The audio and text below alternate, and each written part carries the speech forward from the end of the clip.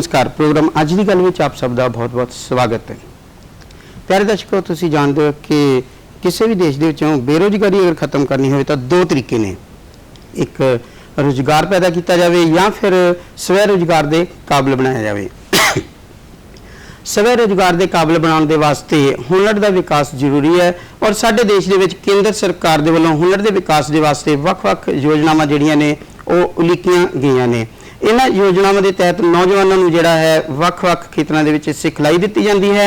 पिछले दिनी भी केंद्रीय कैबिनेट के वलों काफ़ी योजनावां जिहड़ियां सी हुनर के विकास के वास्ते उन्होंने मंजूरी दी गई है और उन्हां योजना दे विच ही एक योजना है PM विश्वकर्मा योजना।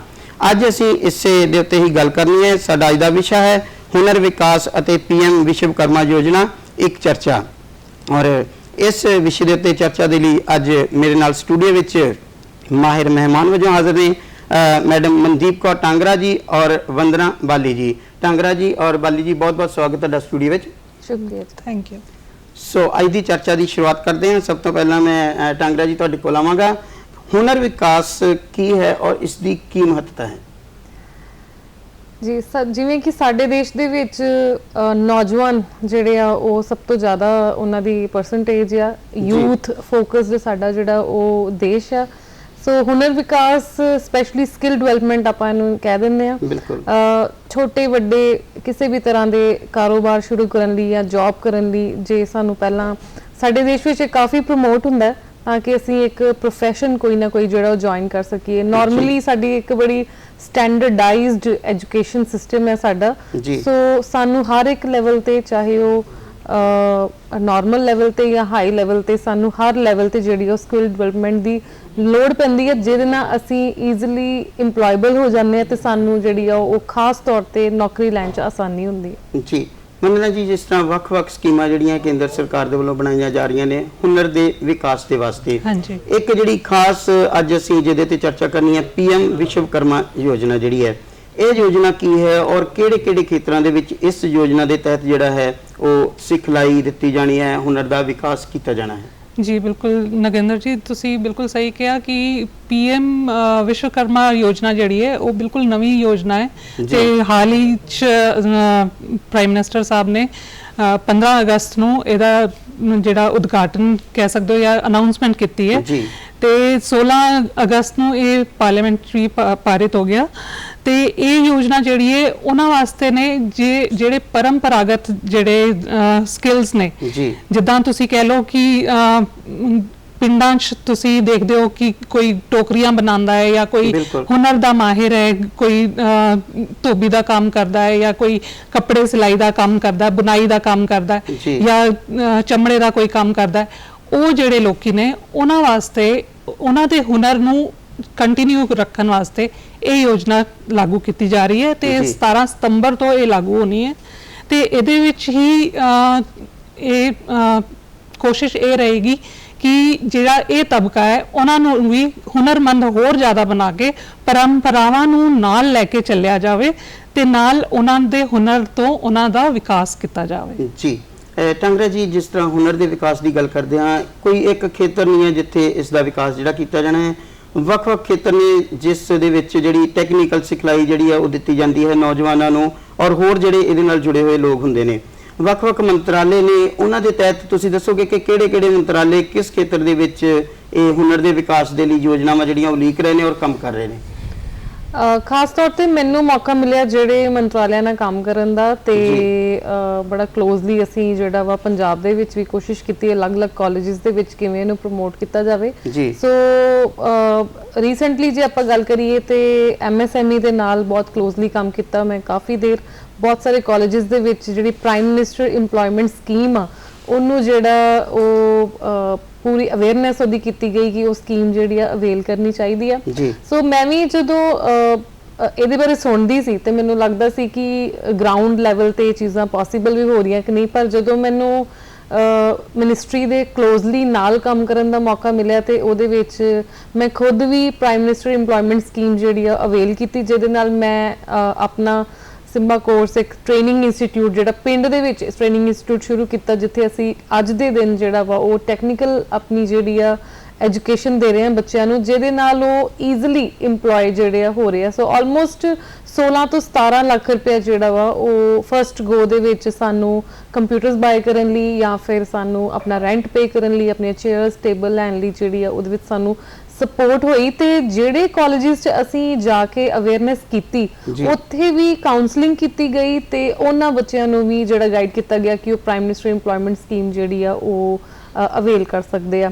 ਤੇ ਨਾਲ ਹੀ ਰੀਸੈਂਟਲੀ ਜਿਹੜਾ ਇੱਕ ਸੈਂਟਰਲ ਗਵਰਨਮੈਂਟ ਵੱਲੋਂ ਕੀਤਾ ਗਿਆ ਇਵੈਂਟ ਸੀ ਯੂਪੀ ਦੇ ਵਿੱਚ, ਜਿਹਦੇ ਵਿੱਚ 1000 ਸਰਪੰਚਾਂ ਨੂੰ ਬੁਲਾਇਆ ਗਿਆ ਸੀ ਤੇ ਵੱਖ-ਵੱਖ ਜਿਹੜੇ ਐਂਟਰਪ੍ਰੀਨਿਓਰਸ ਆ ਜਾਂ ਕਾਰੋਬਾਰੀ ਆ ਜਿਨ੍ਹਾਂ ਨੇ ਸਕੀਮਸ ਅਵੇਲ ਕੀਤੀਆਂ ਨੇ ਜਾਂ ਫਿਰ ਉਹਨਾਂ ਨੇ ਛੋਟੇ ਕਾਰੋਬਾਰ ਆਪਣੇ ਪਿੰਡਾਂ 'ਚ ਸੈਟਅਪ ਕੀਤੇ ਆ, ਉਹਨਾਂ ਵਿੱਚ ਇੱਕ ਮੈਂ ਵੀ ਸੀ ਕਿ ਜਿਹਨੂੰ ਮੌਕਾ ਮਿਲਿਆ ਕਿ ਦੂਸਰੇ ਸਟੇਟਸ ਵਿੱਚ ਵੀ ਜਾ ਕੇ ਦੱਸਣ ਦਾ ਕਿ ਅਸੀਂ ਕਿਵੇਂ ਇਸ ਸਕੀਮ ਨੂੰ ਅਵੇਲ ਕਰਕੇ ਇੱਕ ਟ੍ਰੇਨਿੰਗ ਸੈਂਟਰ ਖੋਲ੍ਹਿਆ ਤੇ ਉਹ ਕਿਵੇਂ ਇੱਕ ਸਪੋਰਟ ਸਿਸਟਮ ਬਣਦਾ ਸਾਡਾ ਕੋਈ ਹੋਰ ਕਾਰੋਬਾਰ ਕਰਨ ਦਾ ਵੀ। ਤੇ ਕਾਫੀ ਜਿਹੜਾ ਜਿਹਨੂੰ ਕਲੋਜ਼ਲੀ ਮੋਨੀਟਰ ਕੀਤਾ ਜਾਵੇ ਤੇ ਪ੍ਰਾਈਮ ਮਿਨਿਸਟਰ ਇੰਪਲੋਇਮੈਂਟ ਸਕੀਮ ਜਿਹੜੀ ਬਹੁਤ ਅੱਛਾ ਕੰਮ ਹੋ ਰਿਹਾ ਜੀ। ਬਾਲੀ ਜੀ, ਤੁਸੀਂ ਜਿਸ ਤਰ੍ਹਾਂ ਜੁੜੇ ਹੋਏ ਹੋ, ਟ੍ਰੇਨਿੰਗ ਦਿੰਦੇ ਹੋ, ਸਿਖਲਾਈ ਦਿੰਦੇ ਹੋ, ਹੁਨਰ ਦਾ ਵਿਕਾਸ ਕਰਦੇ ਹੋ ਨੌਜਵਾਨਾਂ ਦੇ ਵਿੱਚ, ਅਲੱਗ-ਅਲੱਗ ਖੇਤਰਾਂ ਦੇ ਵਿੱਚ ਜਿਸ ਤਰ੍ਹਾਂ ਦਿੱਤੀ ਜਾਂਦੀ, ਕੀ ਇਹਦੇ ਵਾਸਤੇ ਕੋਈ ਮੁੱਢਲੀ ਕੋਈ ਯੋਗਤਾ ਹੋਣੀ ਵੀ ਜ਼ਰੂਰੀ ਹੈ ਜਾਂ ਫਿਰ ਜਿਸ ਤਰ੍ਹਾਂ ਪਰੰਪਰਿਕ ਕੰਮ ਕਰਦੇ ਨੇ ਲੋਕ ਪਿੰਡਾਂ ਦੇ ਵਿੱਚ ਉਹਨਾਂ ਨੂੰ ਬਿਨਾਂ ਕਿਸੇ ਉਸ ਵਿਦਿਅਕ ਯੋਗਤਾ ਦੇ ਵੀ ਇਹ ਟ੍ਰੇਨਿੰਗ ਜਿਹੜੀ ਹੈ ਉਹ ਦਿੱਤੀ ਜਾਂਦੀ ਹੈ?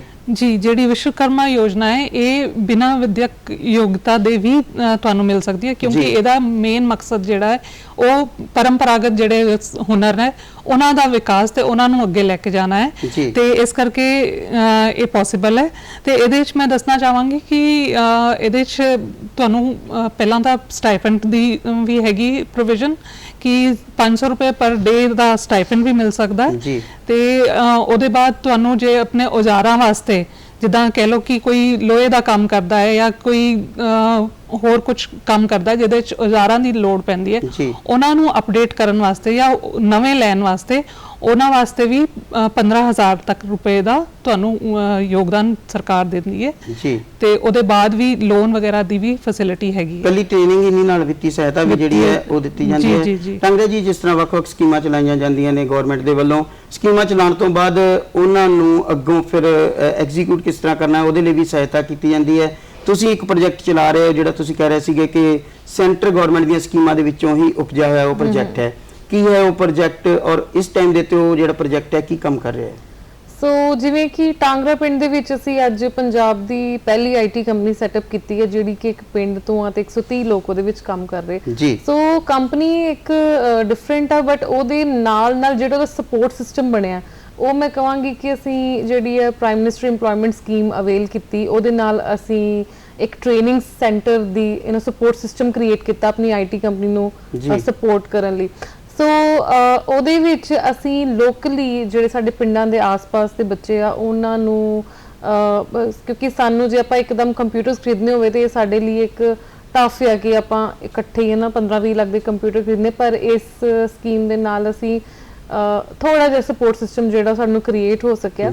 ਸੋ ਅਸੀਂ ਟਾਂਗਰਾ ਦੇ ਵਿੱਚ ਜਿਹੜਾ ਵਾ ਉਹ ਬੜਾ ਸਕਸੈਸਫੁਲ ਟ੍ਰੇਨਿੰਗ ਸੈਂਟਰ ਚਲਾ ਰਹੇ ਹਾਂ। ਇੱਕ ਪਿੰਡ ਦੇ ਵਿੱਚ ਅਸੀਂ ਹਾਈਲੀ ਸਕਿਲਡ ਬੱਚੇ ਜਿਹੜੇ ਆ ਉਹ ਉਹਨਾਂ ਤੇ ਵਰਕ ਕਰ ਰਹੇ ਹਾਂ ਜਿਹੜੇ ਕਿ ਵਾਕਿੰਗ ਡਿਸਟੈਂਸ ਤੇ ਤੁਰ ਕੇ ਘਰੋਂ ਆ ਰਹੇ ਨੇ ਬਟ ਉਹਨਾਂ ਦੀ ਸੈਲਰੀ 25-30 ਹਜ਼ਾਰ ਜਿਹੜੀ ਆ ਉਹ ਈਜ਼ੀਲੀ ਕਮਾ ਪਾ ਰਹੇ ਆ, ਅਪ ਟੂ 50,000 ਲੱਖ ਰੁਪਏ ਤੱਕ ਵੀ ਜਿਹੜਾ ਕਮਾ ਰਹੇ ਆ।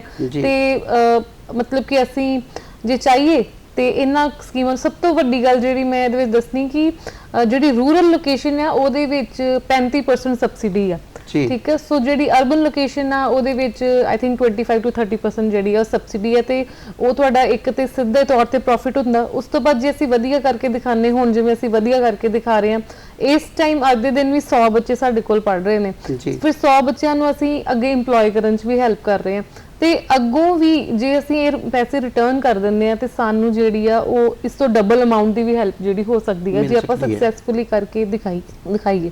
ਪ੍ਰੋਬਲਮ ਉੱਥੇ ਆਉਂਦੀ ਜਦੋਂ ਅਸੀਂ ਇਹ ਜਿਹੜਾ ਪੈਸਾ ਸਿੱਧੇ ਤੌਰ ਤੇ ਇੱਕ ਸਹੀ ਢੰਗ ਨਾਲ ਸਾਨੂੰ ਜਦੋਂ ਮਿਲਦਾ ਹੈ ਤੇ ਇਹਨੂੰ ਆਪਾਂ ਗਲਤ ਤਰੀਕੇ ਨਾਲ ਵਰਤ ਲੈਂਦੇ ਆ ਤੇ ਫਿਰ ਉਹ ਸਾਡੀ ਅੱਗੋਂ ਜਿਹੜੀ ਆ ਮਦਦ ਨਹੀਂ ਹੁੰਦੀ। ਫਿਰ ਅਸੀਂ ਕਹਿੰਦੇ ਜਿਸ ਮਕਸਦ ਲਈ ਪੈਸਾ ਮਿਲਿਆ ਹੈ ਅਗਰ ਉਸੇ ਮਕਸਦ ਲਈ ਵਰਤਿਆ ਜਾਵੇ ਤਾਂ ਫਿਰ ਅੱਗੋਂ ਜ਼ਰੂਰ ਮਦਦ ਹੋਰ ਮਿਲ ਜਾਂਦੀ ਹੈ। ਹਾਂਜੀ ਜੀ ਬਾਲੀ ਜੀ, ਜਿਸ ਤਰ੍ਹਾਂ ਤੁਸੀਂ ਟ੍ਰੇਨਿੰਗ ਦਿੰਦੇ ਹੋ ਉਸ ਤੋਂ ਬਾਅਦ ਵਿੱਤੀ ਸਹਾਇਤਾ ਵੀ ਸਰਕਾਰ ਦਿੰਦੀ ਹੈ। ਆਮ ਕਰਕੇ ਹੁੰਦਾ ਹੈ ਕਿ ਵੀ ਸਿਖਲਾਈ ਸੈਂਟਰਾਂ ਦੇ ਵਿੱਚ ਨੌਜਵਾਨ ਜਿਹੜੇ ਸਿਖਲਾਈ ਲੈਂਦੇ ਨੇ ਬਾਹਰ ਚਲ ਜਾਂਦੇ ਨੇ, ਉਸ ਤੋਂ ਬਾਅਦ ਉਹਨਾਂ ਨੂੰ ਪਤਾ ਨਹੀਂ ਲੱਗਦਾ ਕਿ ਆਪਣਾ ਰੁਜ਼ਗਾਰ ਸ਼ੁਰੂ ਕਰਨਾ ਹੈ, ਕਿੱਦਾਂ ਕਰਨਾ ਹੈ, ਨੌਕਰੀ ਲੈਣੀ ਹੈ ਤਾਂ ਕਿੱਥੋਂ ਲੈਣੀ ਹੈ। ਅਸੀਂ ਇਸ ਦੇ ਉੱਤੇ ਚਰਚਾ ਕਰਦੇ ਹਾਂ ਬਾਅਦ ਦੇ ਵਿੱਚ। ਉਸ ਤੋਂ ਪਹਿਲਾਂ ਅਸੀਂ ਸੁਣਦੇ ਹਾਂ ਪ੍ਰਧਾਨ ਮੰਤਰੀ ਸ਼੍ਰੀ ਨਰਿੰਦਰ ਮੋਦੀ ਉਹਨਾਂ ਨੇ PM ਵਿਸ਼ਵਕਰਮਾ ਯੋਜਨਾ ਦੇ ਬਾਰੇ 'ਚ ਆਪਣੇ ਵਿਚਾਰ ਪੇਸ਼ ਕੀਤੇ ਸੀ। ਆਓ ਪਹਿਲਾਂ ਸੁਣਦੇ ਹਾਂ ਪ੍ਰਧਾਨ ਮੰਤਰੀ ਸ਼੍ਰੀ ਨਰਿੰਦਰ ਮੋਦੀ ਉਹਨਾਂ ਦੇ ਉਹ ਵਿਚਾਰ। आज देश में शिक्षा, कौशल विकास और रोजगार इन तीनों ही स्तरों पर दूरगामी नीति और निर्णय के साथ अनेकविध इनिशिएटिव लिए जा रहे हैं, अनेकविध काम हो रहे हैं। इस 15 अगस्त को मैंने लाल किले से PM विश्वकर्मा योजना की भी घोषणा की थी। ये योजना भी इसी विजन का प्रतिबिंब है। हमारे विश्वकर्मा साथियों के पारंपरिक कौशल को 21वीं सदी की जरूरतों के मुताबिक ढालने के लिए PM विश्वकर्मा योजना बनाई गई है। इस पर लगभग 13,000 करोड़ रुपए खर्च किए जाएंगे। इससे 18 अलग अलग तरह के हुनर से जो परिवार जुड़े हुए हैं, ऐसे परिवारों को हर प्रकार की सहायता दी जाएगी, उनको लाभ होगा। इससे समाज का वो वर्ग लाभान्वित होगा जिनके महत्व की चर्चा तो होती थी, लेकिन उनकी स्थिति बेहतर करने का कभी ठोस प्रयास नहीं किया गया। विश्वकर्मा योजना के तहत लाभार्थियों को ट्रेनिंग के साथ ही आधुनिक टूल्स खरीदने के लिए वाउचर भी दिए जाएंगे। यानी PM विश्वकर्मा से युवाओं को अपना हुनर निखारने का और ज्यादा अवसर मिलेगा। PM ਵਿਸ਼ਵਕਰਮਾ ਯੋਜਨਾ ਜਿਹੜੀ ਕਿ ਵਿਸ਼ਵਕਰਮਾ ਦਿਵਸ ਦੇ ਉੱਤੇ ਜਿਹੜੀ ਹੈ ਦੇਸ਼ ਦੇ ਵਿੱਚ ਲਾਗੂ ਕੀਤੀ ਜਾਏਗੀ, ਉਸ ਦੇ ਬਾਰੇ 'ਚ ਅਸੀਂ ਪ੍ਰਧਾਨ ਮੰਤਰੀ ਉਹਨਾਂ ਦੇ ਵਿਚਾਰ ਸੁਣੇ ਨੇ ਕਿ ਕਿਸ ਮਕਸਦ ਨਾਲ ਇਹ ਜਿਹੜੀ ਸਕੀਮ ਹੈ ਉਹ ਸ਼ੁਰੂ ਕੀਤੀ ਗਈ। ਮਤਲਬ ਜਿਵੇਂ ਤੁਹਾਡੇ ਕੋਲ ਪੁੱਛ ਰਿਹਾ ਸੀਗਾ ਕਿ ਜਿਸ ਤਰ੍ਹਾਂ ਬੱਚਿਆਂ ਨੂੰ ਟ੍ਰੇਨਿੰਗ ਦਿੰਦੇ ਹੋ ਤੁਸੀਂ, ਨੌਜਵਾਨਾਂ ਨੂੰ ਟ੍ਰੇਨਿੰਗ ਦਿੰਦੇ ਹੋ, ਉਹ ਚਲੇ ਜਾਂਦੇ ਨੇ, ਉਸ ਤੋਂ ਬਾਅਦ ਉਹਨਾਂ ਨੂੰ ਨਹੀਂ ਪਤਾ ਲੱਗਦਾ ਕਿ ਅਸੀਂ ਆਪਣਾ ਸਵੇਰੇ ਰੁਜ਼ਗਾਰ ਸ਼ੁਰੂ ਕਰਨਾ ਹੈ, ਕਿਸ ਤਰ੍ਹਾਂ ਸ਼ੁਰੂ ਕਰਨਾ ਹੈ, ਕੋਈ ਨੌਕਰੀ ਲੈਣੀ ਹੈ ਤਾਂ ਕਿੱਥੋਂ ਲੈਣੀ ਹੈ। ਇਹਦੇ ਵਿੱਚ ਵੀ ਕਈ ਵਾਰੀ ਅਣਜਾਣ ਰਹਿੰਦੇ ਨੇ ਕਿ ਇਹ ਟ੍ਰੇਨਿੰਗ ਸੈਂਟਰ ਜਿਹੜੇ ਨੇ ਇਸ ਸੰਬੰਧ 'ਚ ਵੀ ਉਹਨਾਂ ਨੂੰ ਗਾਈਡੈਂਸ ਕੋਈ ਦਿੰਦੇ ਨੇ? ਜੀ, ਸਾਡਾ ਜਿਹੜਾ ਟ੍ਰੇਨਿੰਗ ਸੈਂਟਰ ਹੈ, ਜਿੱਦਾਂ ਮਨਦੀਪ ਕੌਰ ਟਾਂਗਰਾ ਜੀ ਨੇ ਵੀ ਕਿਹਾ, ਸਿੰਬਾ ਕੋਰਸ ਕਰਕੇ ਸਿੰਬਾ ਕੁਆਟਸ ਵਿੱਚ ਹੀ ਅਸੀਂ EMPLOYMENT ਵੀ ਦਿੰਦੇ ਆ ਜੀ। ਤੇ ਉਸ ਤੋਂ ਬਾਅਦ ਅਸੀਂ ਇੱਕ ਜਿਹੜੀ ਵਤਨ ਵਾਪਸੀ ਦੀ ਲਹਿਰ ਹੈ ਇਸ ਵੇਲੇ ਚੱਲ ਰਹੀ ਹੈ ਪੰਜਾਬ ਵਿੱਚ, ਮਨਦੀਪ ਕੌਰ ਟਾਂਗਰਾ ਜੀ ਦਾ ਬਹੁਤ ਅਹਿਮ ਰੋਲ ਹੈ ਉਹਦੇ ਸ਼ੁਰੂ ਕਰਨ 'ਚ। ਤੇ ਅਸੀਂ ਇਹ ਦੇਖਿਆ ਕਿ ਦੇਖਾ ਦੇਖੀ ਬੱਚੇ ਜਿਹੜੇ ਨੇ ਛੋਟਾ ਜਿਹਾ ਉਹ ਥੋੜੀ ਪੜ੍ਹਾਈ ਕਰਕੇ 12ਵੀਂ ਤੋਂ ਬਾਅਦ ਜਾਂ ਕੋਈ ਵੀ ਛੋਟੀ ਜਿਹੀ ਸਕਿੱਲ ਸਿੱਖ ਕੇ ਬਾਹਰ ਜਾਣ ਨੂੰ ਬਹੁਤ ਆਤੁਰ ਨੇ ਇਸ ਵੇਲੇ ਨਾ, ਬਹੁਤ ਬਾਹਰ ਭੱਜਣ ਨੂੰ ਫਿਰ ਰਹੇ ਨੇ। ਤੇ ਲੋੜ ਇਸ ਵੇਲੇ ਇਹ ਹੈ ਕਿ ਅਸੀਂ ਉਹਨਾਂ ਨੂੰ ਰੋਕ ਸਕੀਏ, ਉਹਨਾਂ ਨੂੰ ਮੋਟੀਵੇਟ ਕਰ ਸਕੀਏ ਕਿ ਇੱਥੇ ਵੀ ਬਹੁਤ ਵਧੀਆ ਕੰਮ ਉਹ ਕਰ ਸਕਦੇ ਨੇ, ਇੱਥੇ ਵੀ ਰੋਜ਼ਗਾਰ ਦੇ ਸਾਧਨ ਹੈ ਤੇ ਉਹੀ ਅਸੀਂ ਕਰਨ ਦੀ ਕੋਸ਼ਿਸ਼ ਕਰ ਰਹੇ ਹਾਂ। ਤੇ ਪਿੰਡਾਂ ਵਿੱਚ ਵੀ IT ਕੰਪਨੀ ਜੇ ਖੁੱਲ ਸਕਦੀ ਹੈ ਤਾਂ ਕੁਝ ਵੀ ਹੋ ਸਕਦਾ ਹੈ। ਜੀ ਟਾਂਗਰਾ ਜੀ, ਤੁਸੀਂ ਜਿਸ ਤਰ੍ਹਾਂ IT ਸੈਕਟਰ ਦੇ ਵਿੱਚ ਕੰਮ ਕਰ ਰਹੇ ਹੋ, ਪੇਂਡੂ ਖੇਤਰ ਦੇ ਵਿੱਚ ਕੰਮ ਕਰ ਰਹੇ ਹੋ, IT ਸੈਕਟਰ ਦੇ ਨਾਲ ਬਹੁਤ ਵੱਡੀਆਂ ਸੰਸਥਾਵਾਂ ਵੀ ਨੇ ਜਿੱਥੋਂ ਬੱਚੇ ਨੇ ਲੰਬੇ ਕੋਰਸ, ਵੱਡੇ ਕੋਰਸ ਵੀ ਕਰਦੇ ਨੇ। ਤੁਹਾਡੀ ਜਿਹੜੀ ਸੰਸਥਾ ਹੈ ਉਹ ਮੁੱਖ ਰੂਪ ਦੇ ਵਿੱਚ ਕਿਸ ਤਰ੍ਹਾਂ ਦੀ ਜਿਹੜੀ ਹੈ ਸਕਿੱਲ ਡਿਵੈਲਪ ਕਰ ਰਹੀ ਹੈ ਨੌਜਵਾਨਾਂ ਦੇ ਵਿੱਚ? ਸ਼ਾਰਟ ਟਰਮ ਕੋਰਸ ਨੇ ਔਰ ਉਸ ਤੋਂ ਅੱਗੇ ਉਹਨਾਂ ਦਾ ਸਕੋਪ ਕੀ ਰਹਿੰਦਾ ਹੈ? ਹਾਂਜੀ, ਸ਼ਾਰਟ ਟਰਮ ਕੋਰਸ ਨੇ, ਉਹਦੇ ਵਿੱਚ ਜਿਹੜਾ 3 ਤੋਂ ਲੈ ਕੇ 6 ਮਹੀਨੇ ਤੱਕ ਕਈ ਕੋਰਸਿਸ ਹੈਗੇ ਜਿਹੜੇ 8-9 ਮਹੀਨੇ ਤੱਕ ਵੀ ਚੱਲਦੇ ਨੇ। ਤੇ ਖਾਸ ਤੌਰ ਤੇ ਜੋ ਕਿ ਇਹ ਸਾਡੀਆਂ ਲਾਈਵ ਐਗਜ਼ਾਮਪਲਸ ਆ ਸਾਡੇ ਪਿੰਡ ਦੇ ਵਿੱਚ ਕਿ ਜਿੱਥੇ ਇੱਕ ਬੱਚੇ ਨੇ 6000 ਤੋਂ ਜਿਹੜੀ ਆ ਉਹ ਸਟਾਈਪੈਂਡ ਤੋਂ ਆਪਣੀ ਨੌਕਰੀ ਸ਼ੁਰੂ ਕੀਤੀ ਤੇ ਅੱਜ ਉਹ ਇਹਨੂੰ 50,000 60,000 ਸੈਲਰੀ ਵੀ ਜਿਹੜੀ ਲੈ ਰਿਹਾ। ਸੋ ਅਸੀਂ ਇਹ ਇੱਕ ਐਕਸਪੈਰੀਮੈਂਟ ਕਰਕੇ ਦੇਖਿਆ ਪਿੰਡ ਵਿੱਚ ਕਿ ਹਾਈਲੀ ਸਕਿਲਡ ਜਿਹੜੇ ਕੋਰਸਿਸ ਆ ਉਹ ਬੱਚਾ ਜਿਹੜਾ ਵਾ ਪਿੰਡ ਦਾ ਕਰ ਸਕਦਾ ਕਿ ਨਹੀਂ। ਪਰ ਬੱਚਿਆਂ ਨੇ ਸਾਡੇ ਪਿੰਡ ਦੇ ਵਿੱਚ 130 ਬੱਚਿਆਂ ਨੇ ਪ੍ਰੂਵ ਕਰਕੇ ਦਿਖਾਇਆ ਕਿ ਕਰ ਸਕਦੇ। ਸੋ ਉਹੀ ਮੇਰੀ ਮੋਟੀਵੇਸ਼ਨ ਆ ਕਰੰਟਲੀ ਅਸੀਂ ਕੰਪਿਊਟਰ ਐਜੂਕੇਸ਼ਨ ਤੇ ਫੋਕਸ ਕਰ ਰਹੇ ਜੀ। ਹਾਂ। ਬੱਚਾ ਜਿਹੜਾ ਉਹ ਵੈਬਸਾਈਟਸ ਬਣਾ ਸਕੇ।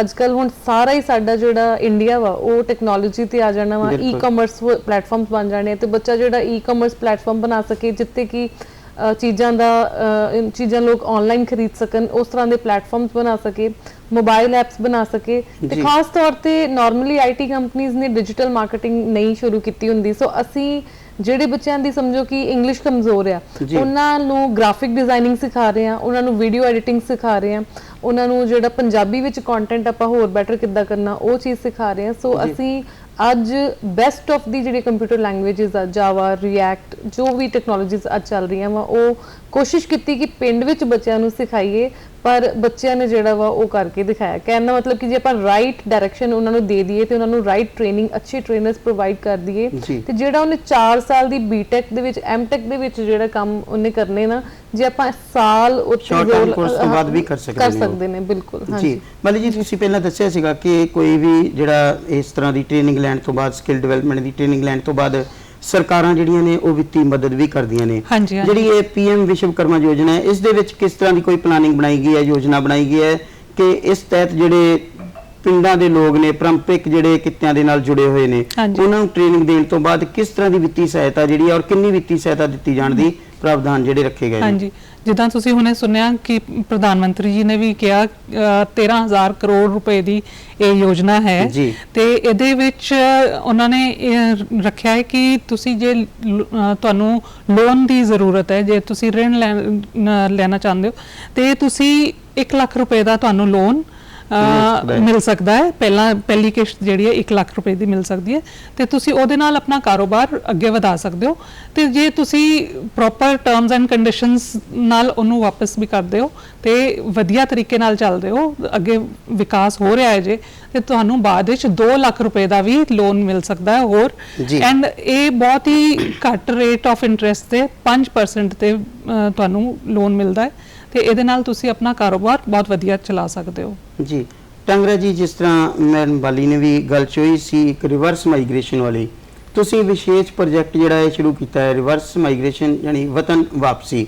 ਆਪਾਂ ਦੇਖਦੇ ਹਾਂ ਕਿ ਪਿਛਲੇ ਸਮੇਂ ਤੋਂ ਸਾਡੇ ਦੇਸ਼ ਦੇ ਵਿੱਚ, ਖਾਸ ਕਰਕੇ ਪੰਜਾਬ ਦੇ ਵਿੱਚੋਂ ਪੜ੍ਹ ਲਿਖ ਕੇ ਨੌਜਵਾਨ ਜਿਹੜੇ ਨੇ ਉਹ ਬਾਹਰ ਜਾ ਰਹੇ ਨੇ, ਰੁਜ਼ਗਾਰ ਦੀ ਭਾਲ ਦੇ ਵਿੱਚ ਹੀ ਜਾ ਰਹੇ ਨੇ। ਇਸ ਨੂੰ ਬ੍ਰੇਨ ਡਰੇਨ ਦਾ ਨਾਮ ਵੀ ਦਿੱਤਾ ਗਿਆ ਹੈ। ਬ੍ਰੇਨ ਡਰੇਨ ਜਿਹੜਾ ਹੈ ਉਹ ਰੋਕੇ, ਉਸ ਦੇ ਵਾਸਤੇ ਜਿਹੜੀ ਤੁਹਾਡੀ ਇਹ ਯੋਜਨਾ ਹੈ ਇਹ ਕੀ ਕੰਮ ਕਰ ਰਹੀ ਹੈ? ਸੋ ਅਸੀਂ ਪੰਜਾਬ ਦੇ ਵਿੱਚ ਰਿਵਰਸ ਮਾਈਗ੍ਰੇਸ਼ਨ ਵਤਨ ਵਾਪਸੀ ਮੁਹਿੰਮ ਚਲਾਈ ਹੈ, ਕਿਉਂਕਿ ਪੰਜਾਬ ਤੋਂ ਅਸੀਂ ਸ਼ੁਰੂਆਤ ਕੀਤੀ। ਪੰਜਾਬ ਜਿਹੜਾ ਹੈ ਉਹ ਸਭ ਤੋਂ ਵੱਧ ਨੰਬਰ 1 ਸਟੇਟ ਬਣ ਚੁੱਕਾ ਹੈ ਕਿ ਜਿੱਥੋਂ ਸਭ ਤੋਂ ਜ਼ਿਆਦਾ ਲੋਕ ਜਿਹੜੇ ਆ ਉਹ ਬਾਹਰ ਜਾਣਾ ਜਿਹੜਾ ਚੂਜ਼ ਕਰ ਰਹੇ ਨੇ। ਹਾਲਾਂਕਿ ਜੇ ਦੇਖਿਆ ਜਾਵੇ ਤੇ ਪੰਜਾਬ ਕੋ ਸਭ ਤੋਂ ਜ਼ਿਆਦਾ ਰਿਸੋਰਸਿਸ ਆ, ਕਲਾਈਮੇਟ ਸਭ ਤੋਂ ਵਧੀਆ ਵਾ ਪੂਰੇ ਆਪਣੇ ਦੇਸ਼ ਦੇ ਵਿੱਚ, ਰਿਸੋਰਸਿਸ ਹੈਗੇ ਨੇ, ਰਿਚ ਸਟੇਟ ਹੈ ਪੰਜਾਬ ਸਾਡੇ ਕੰਟਰੀ ਦੀ। ਤੇ ਜਿਵੇਂ ਕਿ ਪ੍ਰਾਈਮ ਮਿਨਿਸਟਰ ਨੇ ਵੀ ਲਗਾਤਾਰ ਆਤਮ ਨਿਰਭਰ ਭਾਰਤ ਤੇ ਕੰਮ ਕੀਤਾ ਹੈ, ਜੇ ਦੇਖ ਤੇ ਚੱਲ ਰਿਹਾ, ਬੜੇ ਜੋਰਾਂ ਸ਼ੋਰਾਂ ਨਾਲ ਚੱਲ ਰਿਹਾ ਕਿ ਤੁਸੀਂ ਖੁਦ ਆਪਣੀ, ਕਿਉਂਕਿ ਇੰਡੀਆ ਜਿਹੜੀ ਆ 1 of the fastest growing economy ਬਣ ਗਈ ਆ। ਇੰਡੀਆ ਦੇ ਵਿੱਚ ਅੱਜ ਤੁਸੀਂ ਦੇਖੋ ਸਟਾਰਬਕਸ ਆ, ਟਿਮ ਹਾਰਟਨਸ ਆ। ਮੈਂ ਲੇਟੈਸਟ ਜਦੋਂ ਟਿਮ ਹਾਰਟਨਸ ਦਾ ਫਰਸਟ ਸਟੋਰ ਖੁੱਲਿਆ ਤੇ ਉਹਨਾਂ ਨੇ ਮੈਨੂੰ ਇਨਵਾਈਟ ਕੀਤਾ, ਹਨਾ। ਜਿਹੜੇ ਜਿੱਥੇ ਸਾਨੂੰ ਇੰਨੇ ਵਧੀਆ ਵਧੀਆ stores as a guest invite ਕਰਦੇ ਆ, ਸਾਨੂੰ ਕੀ ਲੋੜ ਆ ਕਿ ਇੰਡੀਆ ਦੇ ਲੋਕਾਂ ਨੂੰ ਬਾਹਰ ਜਾ ਕੇ ਛੋਟੀਆਂ ਛੋਟੀਆਂ ਜੌਬਸ ਕਰਨ ਦੀ, ਜਦੋਂ ਕਿ ਹਰ ਵਧੀਆ ਤੋਂ ਵਧੀਆ ਕੰਟਰੀ ਦੇ ਬੈਸਟ ਬ੍ਰਾਂਡ ਨੂੰ ਅੱਜ ਇੰਡੀਆ ਦੀ ਲੋੜ ਆ, ਕਿਉਂਕਿ ਇੰਡੀਆ ਦੇ ਵਿੱਚ ਸਭ ਤੋਂ ਜ਼ਿਆਦਾ ਪੋਪੂਲੇਸ਼ਨ ਆ। ਸੋ ਜਿਵੇਂ ਕਿ ਵੰਦਨਾ ਬਾਲੀ ਜੀ ਨੇ ਵੀ ਗੱਲ ਕੀਤੀ, ਤੁਸੀਂ ਵੀ, ਕਿ ਸਾਡੇ ਜਿਹੜੇ ਟ੍ਰੈਡੀਸ਼ਨਲ ਜਿਹੜੇ ਕਿੱਤੇ ਆ ਉਹਨਾਂ ਨੂੰ ਅੱਗੇ ਲੈ ਕੇ ਜਾਣ ਦੀ ਬਹੁਤ ਜ਼ਰੂਰਤ ਆ। ਲੈਗੇਸੀ ਬਿਜ਼ਨਸ ਬੱਚੇ ਨਹੀਂ ਜੁਆਇਨ ਕਰ ਰਹੇ, ਕਿਸੇ ਦੀ ਆਟਾ ਚੱਕੀ ਆ, ਕਿਸੇ ਦੇ ਪਾਪਾ ਦਾ ਕਾਰਪੈਂਟਰੀ ਦਾ ਕੰਮ ਆ, ਕਿਸੇ ਪਾਪਾ ਦਾ ਕਾਰੀਗਰੀ ਦਾ ਕੰਮ ਆ, ਉਹ ਬੱਚਾ ਜਿਹੜਾ ਵਾ ਉਹ ਵਾਲਾ ਜਿਹੜਾ ਹੁਨਰ ਆ ਉਹਨੂੰ ਅੱਗੇ ਨਹੀਂ ਲੈ ਕੇ ਜਾ ਰਿਹਾ, ਉਹਨੂੰ ਮਾਡਰਨਾਈਜ਼ ਨਹੀਂ ਕਰ ਰਿਹਾ।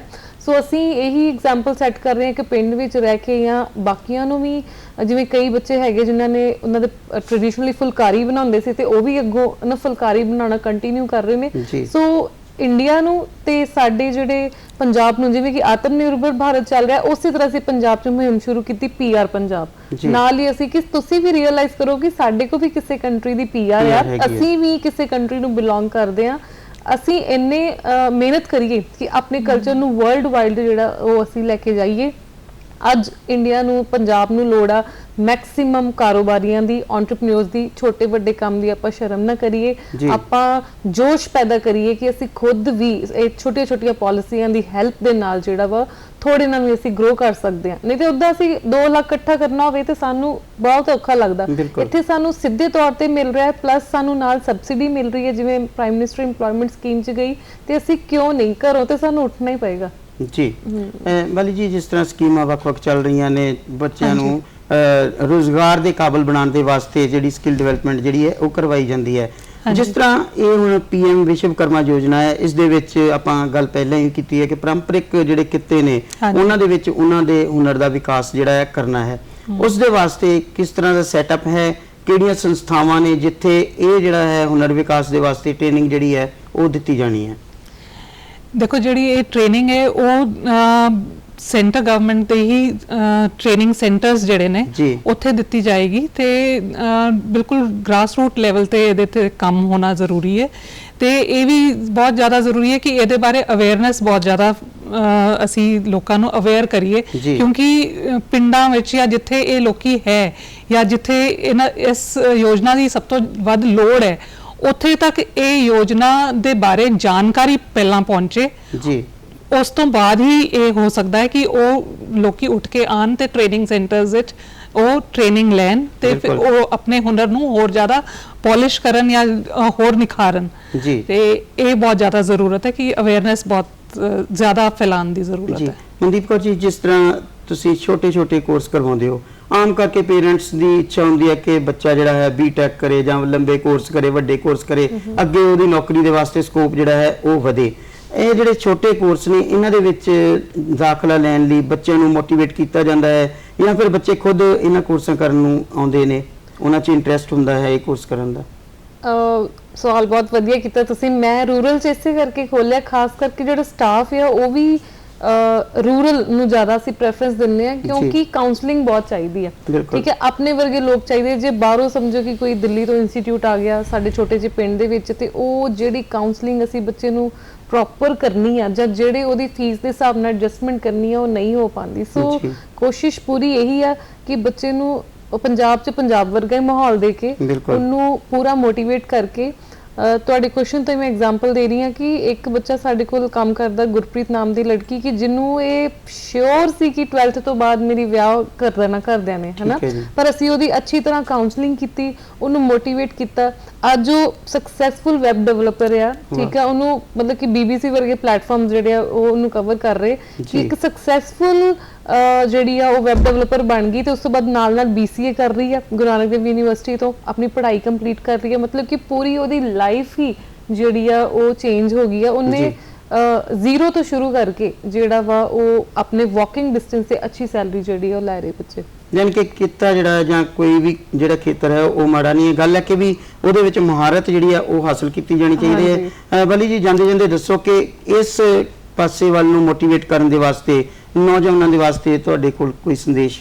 ਦੇਖੋ, ਮੈਂ ਇਹ ਕਹਿਣਾ ਚਾਹਾਂਗੀ ਕਿ ਤੁਹਾਡਾ ਬੈਕਗ੍ਰਾਉਂਡ ਕੁਝ ਵੀ ਹੋਵੇ ਜੀ, ਜੇ ਤੁਹਾਡੇ ਕੋਲ ਇੱਕ ਲਗਨ ਹੈ, ਇੱਕ ਪੈਸ਼ਨ ਹੈ ਕਿ ਤੁਸੀਂ ਕੁਝ ਅੱਗੇ ਕਰਨਾ ਹੈ, ਕੁਝ ਅੱਗੇ ਵਧਣਾ ਹੈ ਕਿਸੇ ਵੀ ਫੀਲਡ ਵਿੱਚ ਹੋਏ, ਤੇ ਤੁਹਾਨੂੰ ਕੋਈ ਰੋਕ ਨਹੀਂ ਸਕਦਾ। ਰਸਤੇ ਆਪਣੇ ਆਪ ਖੁੱਲਦੇ ਚਲੇ ਜਾਂਦੇ ਨੇ।